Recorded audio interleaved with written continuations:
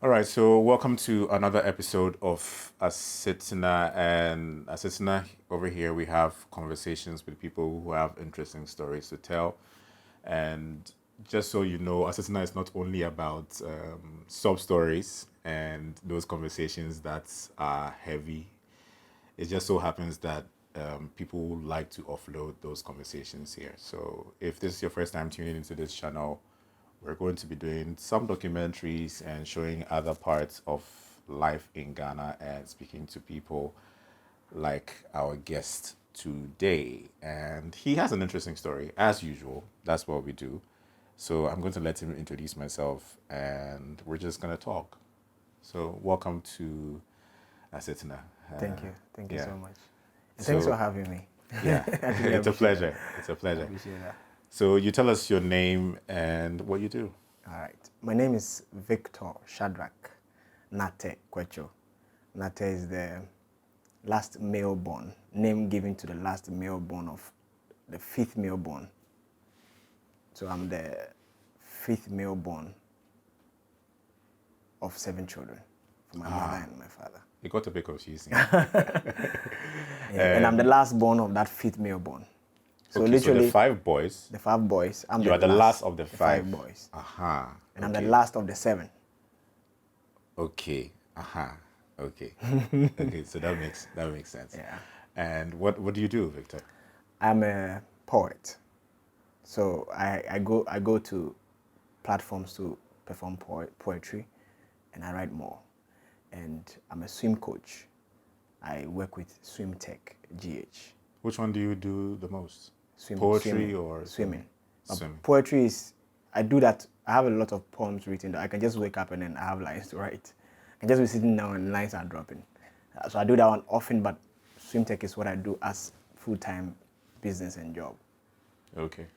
How'd you get into swimming? Because usually when we think about swimming and Africans or blacks, it's, so how did it become a full-time job? Well, I would always say that if somebody had once told me that I'll own a swim school and be a swim coach today, I would have told the person is lying. Why? I never thought I could swim. I didn't know how to swim. Reason being that back in my hometown when I was in class 2, and before this class 2, there has been back and forth school issues. And I had this friend called Kwesi. We were very young then. I think we were about 6, 7 years then. And back in class 2, anytime it's second break, we used to have first break and second break. Anytime it's second break, myself and Kwesi will go to, and where I'm from the eastern region. There's no swimming pool, there's no sea, there's no river or nothing. The river that was there were animals inside, so nobody could go into that. But there was a lot of farmers in the town. And what they usually do is that they build ponds. And they fetch the water from that to water their crops. So like afternoon, which is the second break, like 1 p.m., 2 p.m., when you go, you realize that the water is cleared, all the dirt is settled down. So myself and Kwesi, we just jump in and start swimming. So fast forward, the first experience, I had a near drowning experience. When I said near drowning experience, I was under the water doing, like, God, take my life. Like, God, just take my life already. I want to go, but it's like, I'm not dying, but I want to go. So just take my life already. And anytime this was happening, I felt very conscious of myself. I was very conscious of myself. So first experience, I had that. But before I realized, I just find my way crawling on the floor of that pond that I couldn't even open my eyes. And I come out. I went again second time. I went again third time. Fourth time, I still couldn't know how to swim. But Kwesi always knew how to swim. I think the second and third, Kwesi saved me somehow. Fast forward, I came back to Accra. That was 2004. My brother took me to a pool in Kaswa and then told the lifeguard there to teach me something. The lifeguard just dropped me in the pool and left me. Before I realized, I saw myself in the deep side doing once again, I was like, God, just take my life away. I want to die. I want to die. And then I always found myself crawling on the floor to get to the end. Fast forward again, 2009, went to Elmina pool, same experience. So since I haven't been in any pool or swimming pool again. In 2015, I joined a man from my church who runs a swimming construction company combined with swimming lessons and all of that. From when we were going to teach some students and all of that. So that is how I started. And I resigned in 2016 and in 2017 because, well, I had worked with him a whole year and 2 months and he didn't give me 1 month salary. So I was like, Charlie, man, I'm done. I have to go. I want to go to school. The reason I took the job was to save some money and go to school, but it didn't happen. So after I resigned, that was like the December, I had a dream, and I have this gift of seeing dreams and visions. So when it happens, when I see them, they actually happen. So some, like the swim tech business, I saw it, so I actually put it into work, and it happened. I saw a dream of saving a 3-year-old from drowning. Also, I was doing sort of like a waitering job. And fast forward in the dream, 18 years, which is 15 years added to the 3. And then I saw the girl come to the pool again, as though I was teaching other people in the pool. I'm like, do you want to teach you how to swim now? So when I woke up, I'm like, I have this girl that is teaching swimming, and I have the anointing to teach and people understand. So if so, why don't I start something? Immediately I thought about starting something, then the name SwimTech dropped. That was it. Wow. And that was it. I'm just wow. Okay. You mentioned, or you said a little bit about what brought you to becoming a swim coach. Yeah. But I'm interested in how your upbringing was like, because you hinted at a few things. You didn't like school. How was growing up like? Growing up for me wasn't the way I would say for every normal person was. Which is what? Mother, father, siblings. My father was a military man, and I'm from a royal family, so we literally are around that chieftaincy, inheriting, initiating, and also my family is just around that area.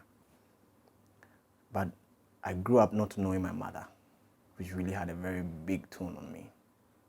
It affected me in a lot of ways. Even to that, I met my first girlfriend when I got to 30 years old. And my first girlfriend is my wife now.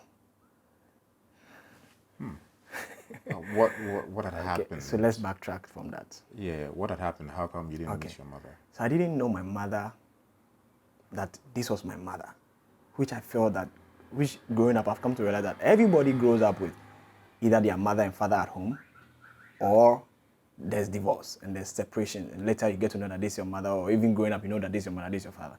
But I didn't have separation or divorce or anything. I just didn't grow up knowing that this is my mother. But I grew up knowing that this is my father. So my father was my friend. He was my everything. The day he died, I wanted to die with him. So I wanted somebody to kill me to just go with him, which I was very young then. But not knowing my mother was thinking that my elder sister was my mother. Knowing my elder sister was my mother.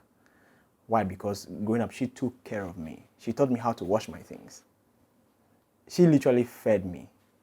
She did everything for me until she had to go to school. And then I realized that, oh, that was not my mother. It was even my auntie, which is my mother's younger sister, who told me that she's not your mother, she's your sister. It took me time to really reconcile with myself that this is your sister. So I got to meet my mother in 1998, 99. How old were you then? I'll be like 15 years old.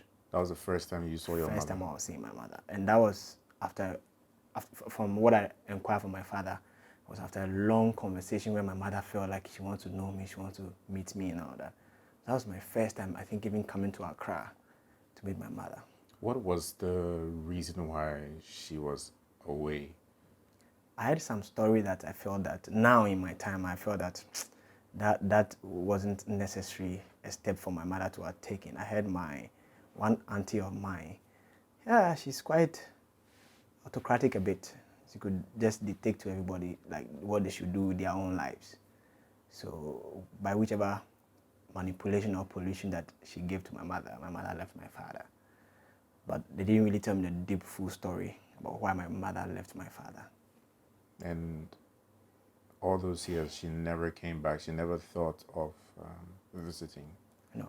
To see. Probably she came, but I didn't know her, so I didn't know anything until I got to that age. But even when I got to meet her, I couldn't still reckon with myself that this is my mother. Which makes sense because you didn't grow up with her. I couldn't just, it's like sleeping and dreaming, and you are awake.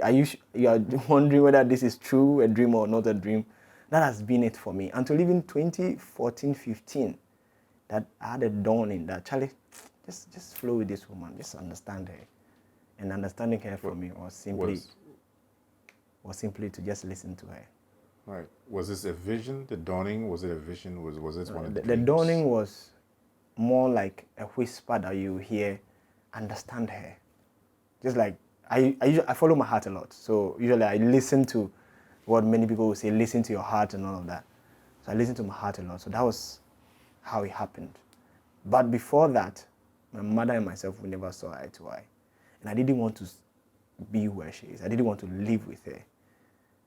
Growing up, I felt like I've been graced to know things, to see people's mistakes, to see people's faults. So I was using those to correct myself growing up, even from age 6. Because I was seeing dreams, I was seeing visions. So those things were sort of like pathways for me that I was following. And that has been it for me. So when I finally decided to stay with my mother, that was like 2002, 2003, when my father was sick, was really sick, and I think that was the time he died, 2002. So that's when I like fully moved to come and live with my mother. How did that feel? How was the beginning of that relationship like, staying with your father, being raised by your sister, and then all of a sudden there's a complete switch? How was it like? It wasn't something that I had settled down with easily. Even with that, my father and my mother were never on a consent thought or matter. Because I remember the first time I came to Accra to meet my mother, she wanted me to stay. So literally I would say she forced me to stay. So I had to come back here to come and go to school like a year. My father said no. After vacation, I went back to my own town. This person said no. So they were just throwing me back and forth like that. So all of that added up to why I didn't really want to stay with my mother. So for a bit after my father died, I was just moving between my brothers and finally stayed with my mother. But even that, I didn't stay. I moved to go and be with a friend in his grandmother's house. And I'd stayed with them for 8 years before I finally was able to take money to rent my own place and move to be there. This friend that you lived with, how was it living with somebody who wasn't family for that long? How did they treat you? You know, And you chose that over staying with your blood mother. I would choose that over stay with my mother because over time, that being there, even though it wasn't on the long run, I had to put when I decided to live there were a lot of fights, discomforts, and all of that there. But I just tuned my mind that everything I'm going through now is just a training process for me. But living with them for 8 years, I would say part of it was heaven, part of it was like hell. Part of it was like heaven because when my friends are around, everything seems to be cool. But it was even coming out of that place that I had to even learn a lot of things, about how they even saw me. The treatment was awesome because of my friends. I lived there for 8 years without paying a rent for a day. No light bill or anything. Those were amazing treatments.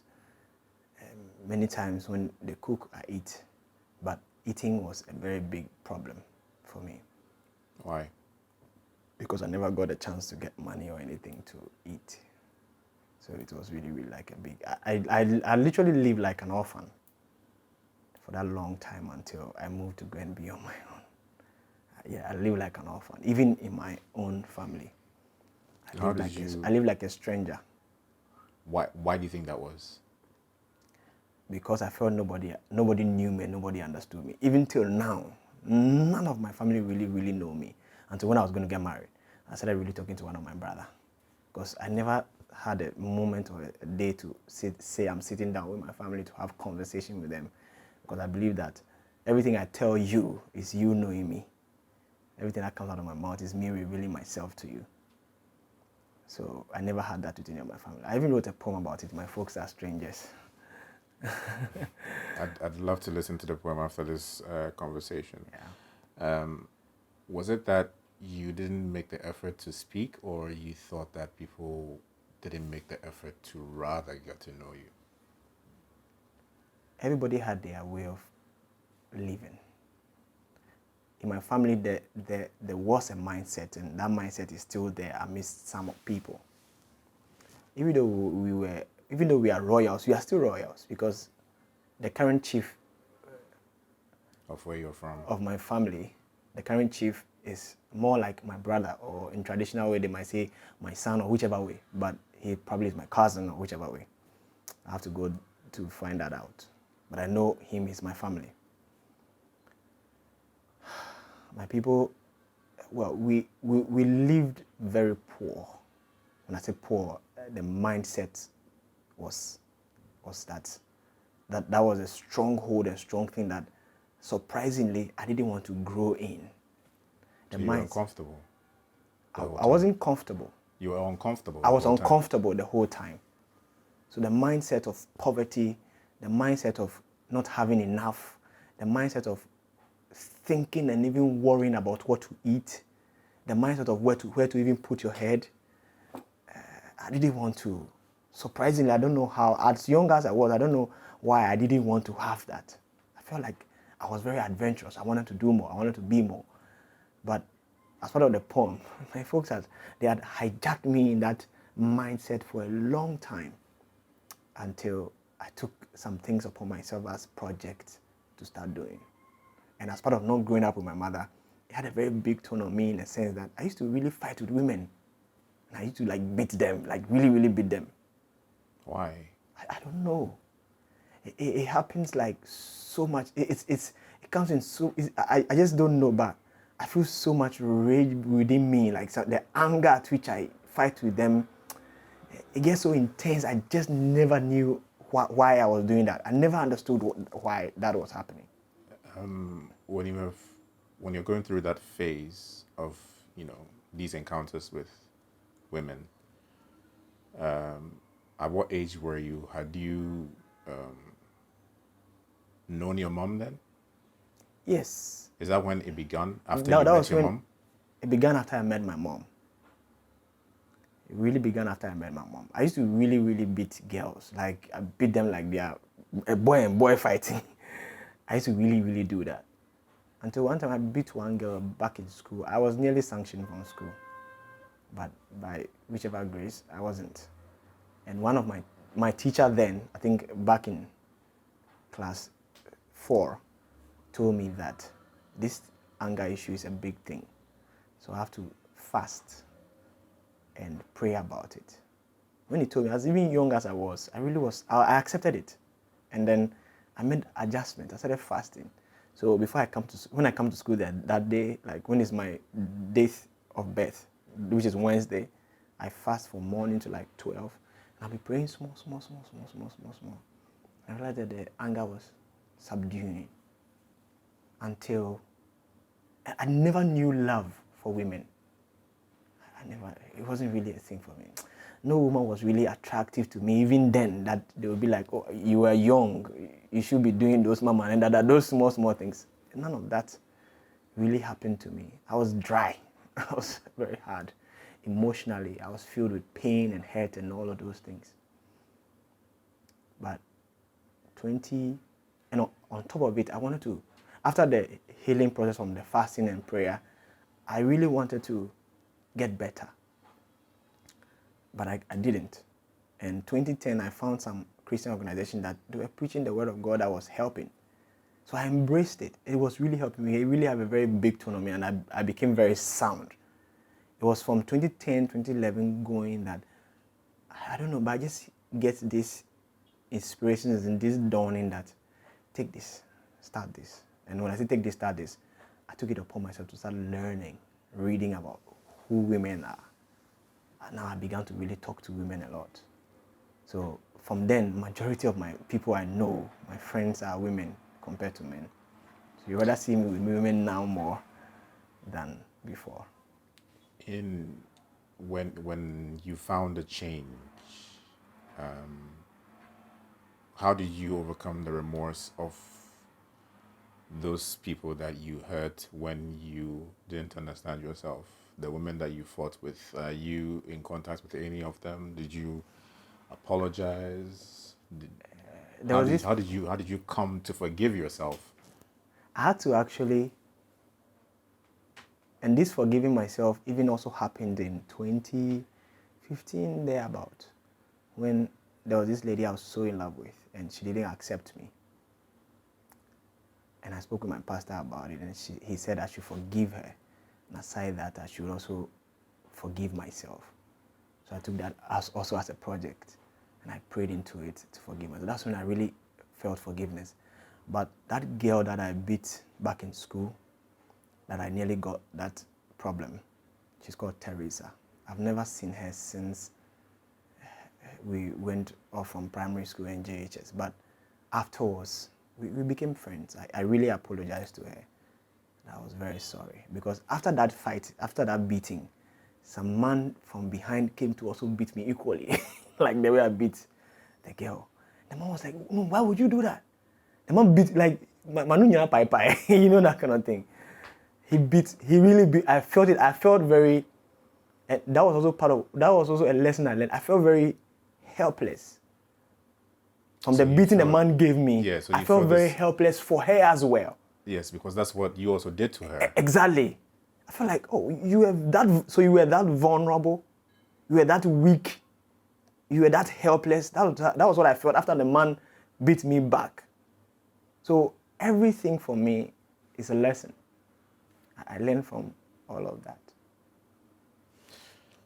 But the rest, I've not really seen any of them. I nearly dated one girl from the US, and me being honest, by telling her this, she said, no. She didn't accept to date me because chances that I might beat some girls some time to come is very high. So that's what she said. Like, it's fine. But all things happen for good. That's what I believe. But I have so worked on myself. Now when I see a guy beating a girl, I want to go and beat the guy. Like, now I'm fighting for the women. And one of the things is I feel it for women. Like, I see some pretty girls day in and day out, and they have been taken for granted. Some of them, I see them like, you look very innocent and very victimized. I want to fight for those women to be better, to meet probably good guys that will say, to be able to not treat them bad. And how do you suppose you can do that with this fight? How do you support women in that sense? There are few I have met as part of starting the business. That there are things I have learned to be able to have conversation with people and be able to help them realize themselves. As part of my mission or my calling on earth, as part of that, I believe my calling on earth is to help people discover their purpose and fulfill it. So when I'm speaking to people, I'm seeking to figure out what their purpose is and pinpoint it to them and tell them, Charlie, this is your purpose. I think when you start taking it seriously, you'll be fine. And the few I've spoken to that I've had conversations with, I've seen some that they are about something good in their lives. And so that's how I'm doing it. One interesting fact you mentioned when we started talking was the fact that you met your wife or your first girlfriend. Yeah. Because prior to that, you had liked people who didn't like you back. Yeah. So you had your first girlfriend at 30. 30 years. Had you had any relationships, intimate relationships with any woman, or that was literally your first of first? To say intimate relationship, if we have to permit me to use the word sex, I had that with some few. I can maybe But count. those were not But people they you were were in a not relationship. people I was in a relationship with. Even though that sex was in play, my heart usually pricks me a lot on a lot of things. I wasn't really enjoying it because I said, I hope that is okay. Yeah. I'm doing it, but it's like a red light. No, don't do it. No, this is not you. Because I used to be afraid of putting my thing in a woman's thing. I used to be really, really afraid of that. Why? So, I don't know. You didn't grow up having any conversations around it, No, so no, no, it was completely It was completely out of all that. for you. Okay. Yeah. And so, as part of that, what I've known now, I feel it's my right to. I talk to people a lot. My wife and we talk about those things a lot. Discuss the matters. Even our children that we are looking forward to raise, we talk to them about basically the things that are appropriate for them to know at their ages and as they are growing. Now, I didn't get this. I didn't get that. But you are privileged to have it. So let's share with you. Let's not hide it from you. That's one of the things that I feel African parents don't discuss with their children, like relationship with men, and like I feel like the men should know more about women, and they should know more about themselves even first, before they get to know about the women. And I feel like they should know more about love. They should know more about relationship. They should know more about marriage. They should know more about basically living and how they can channel a good path, a good life for themselves. But we don't get that. No, I mean, when I say we don't, maybe majority of mankind that we didn't get this. Yeah. I'm sure there are people like my type that didn't get all of this. So if our parents will do well. How old are you? I've not asked you that. I'm 31, but I'll be 32 in October. You'll be 32 This in year. October. You met your wife when you were 30. Yes, that was 2020.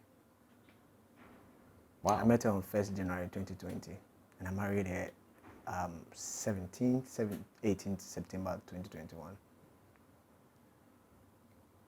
Interesting. What was it like being with her?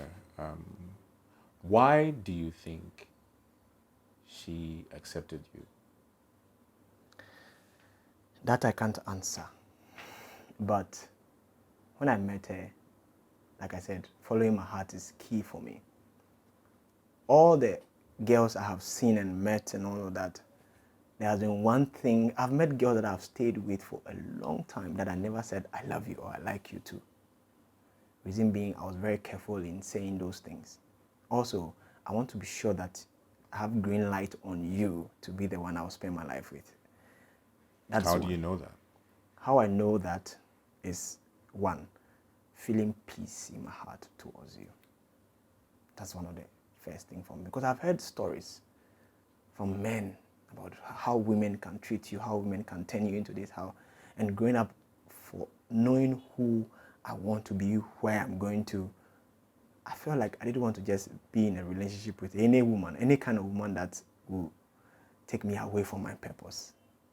So in my bid to want to search, it was even in 2016 that it hit me that Charlie, it's time to be in a relationship. It was during that time that hit in 2016. And from that 2016 all the way through, all the girls I've met, pretty ones, different sizes and all of that, but I never said, I loved you. Because I wanted to get a green light that, green, say I love you. And maybe when you say it, she will say yes. Some, I said, they didn't accept me. Some chose different guys over me and they got married to them. All of that did something to me. So finally I decided, Charlie, this whole relationship, this whole woman thing, forget about it. The time I was deciding and concluding everything on that, forgetting about it, that was the time that I met my girlfriend. But when I saw her, there was this peace inside me that says that, Charlie, don't let her go. Don't let her go. That was what happened. Peace throughout. And I still feel that peace. We fight every day. We argue. But I don't know why I can't say because we fought, so go away. No. Anytime I feel like wanting to think that I should let her go, the thought comes, what is that one thing that will make you leave her? And I asked her that question when we started dating. What's that one thing that will make you leave your partner? I don't see arguing over putting this paste here, you didn't put it there, to be a big deal. I don't see that to be a big deal. I don't see breaking a glass that I didn't know what happened that you broke the glass. But fighting over that is, I feel like it's childish to fight over those things. I mean, when it happens, you get upset instantly. But when you sit down to think about it, you're like, really, Charlie, there's not, you can buy it. Now I'm at the point where I can buy that glass again. Yeah. So why do you fight over it? Why don't you just replace it? Yeah, that has been it. Let's talk about fatherhood, taking you back to the kind of upbringing you had and relationship you had with your father. What kind of father do you think you'll be? Usually I would say, I can't tell, but Have you had wherever, some kind of encounter as being a father? put that question again. Have you had any experience Like raising with? a child. Yes. I, Currently, I have a daughter, 7-year-old, that I'm raising with my wife. So literally, she's my wife's daughter. And the first day When you met your wife, she had a child. she had a child. When we started, like the first day, second day, third day, when we were talking, I asked her to come and visit me, and she said, "I want to tell you something. I have a little girl." I'm like, "Okay, that's fine." I didn't really think whether accepting her was okay or not. I just went, "That's fine." I don't know. That's fine. And it is still like that. I mean, I wish you could use something to scan my heart and if you can tell exactly what I'm feeling, but I don't know why I'm doing this. When I say I don't know why, I'm not doing it with expectation that I'm getting something back in return. But it's like, I told my wife recently that I feel strongly that God wanted me to take you away from this space, this place, to this place. And that is where we are on. And that's it. And raising her, I grew up with my brothers shipping me a lot. I can show you scars on my leg, my back, my body. All of that is sign of lashes, cane. My brothers can ship you and you are hurt, but they don't mind. You are crying, they don't mind. Growing up, I wanted to ship their children. But I got there and it feels like I love these children more than wanting to take a cane and ship their child. And as part of growing up poor as well, one of the things that was really a big problem for me and my family was the fact that we never tame our tongue. When I say we never tame our tongue, we never say, Sakulani, if the child is showing signs of disobedience, you know, in African setting, it is very easy to say, Ubwadio, you are very disrespectful. But I don't know, somehow, I'm able to keep my mouth shut. Even though the child is showing sign of not listening, I don't know, but that is how I feel. I don't know why I don't even say it.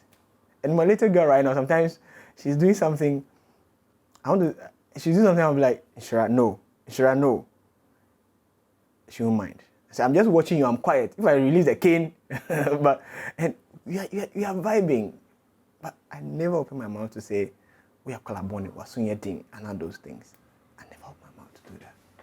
And how do you discipline her? For myself. Yeah, how do you discipline her? Because you grew up with canes. Do you ever? So yes. You said something about I'll bring out the cane. Do you? I use that to in a way to want to feel like I want to threaten her a bit with that. When I use threaten, can be a very strong word, but to see if she'll be scared with using the cane. I've given her some few lashes in her palm some few times, but even that I don't like shaping her or beating her. But I believe so much in talking to a person. I believe that helps in changing, and I pray for her also as well. Like literally, I do things with her. I've prayed with her. She's born again. She speaks in tongues. I pray with her. I talk to her. I tell her some things to say I am obedient, I am intelligent, I am smart.